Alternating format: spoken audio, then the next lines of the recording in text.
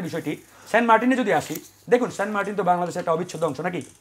তো আমার বাংলাদেশের অংশ আমার সীমানার ভিতরে, আমার এরিয়ার ভিতরে, যেখানে আমাদের একচ্ছত্র সার্বভৌমত্ব রয়েছে, তো এইরকম এরিয়ায় আমি কেন যেতে পারবো না? ওয়াই? এই প্রশ্নের উত্তর এই সরকারকে দিতে হবে। হাসিনার আমলেও সেন্ট মার্টিন এভাবে দীর্ঘদিন বন্ধ ছিল না। আমরা ওই সময় বলতাম যে হাসিনা বিদেশিদের সাথে ওই একটা দেশ বিরোধী মানে ষড়যন্ত্রের পা দিয়ে আমাদের সেন্ট মার্টিনকে আরেকটা দেশের হাতে তুলে দিতে চাই। এরকম অনেক প্রশ্ন, অনেক কথা, অনেক আলোচনা ওই সময় হয়েছে।